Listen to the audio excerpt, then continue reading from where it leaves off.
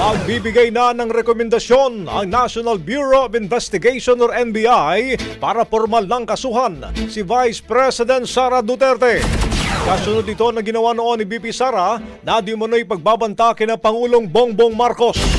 Ayon pa kay NBI Director Jaime Santiago, irerekomenda nila ang pagkakaso ng inciting to sedition at grave threat laban kay Duterte. Anya matapos ang higit 2 buwang investigasyon ay may sapat na batayan para kasuhan ang pangalawang Pangulo. Sa ngayon, isinumitin na raw nila ang rekomendasyon at mga ebidensya sa Department of Justice. Dahil dito nasa DOJ na raw ang bola kung anuman ang susunod nitong hakbang. Kung maalala mga kabrigada, unang nilinaw ni VP Sara na hindi naman siya direktang nagbanta sa First Family.